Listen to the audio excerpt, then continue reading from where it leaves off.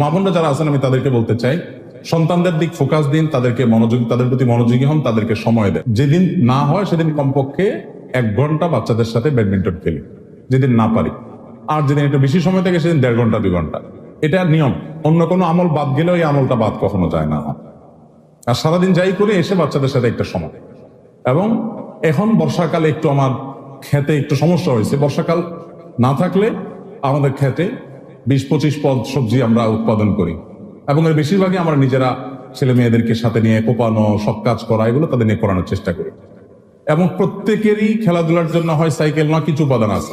নবী করিম সাল্লাল্লাহু আলাইহি ওয়াসাল্লাম মা বোনদের উৎসাহিত করেছেন যে পয়েন্টে, আমাদের মেয়েরা অনেক সময় আমাদের সাথে কম্পিটিশন করে যে ছেলেরা এই ভালো কাজ করতে পারে, আমরা কি কি ভালো কাজ করতে পারবো। দেখুন, ছেলেদের চাইতে মেয়েদের ভালো কাজ করার অপরচুনিটি কোনো ক্রমে কম নয়, বরং বেশি।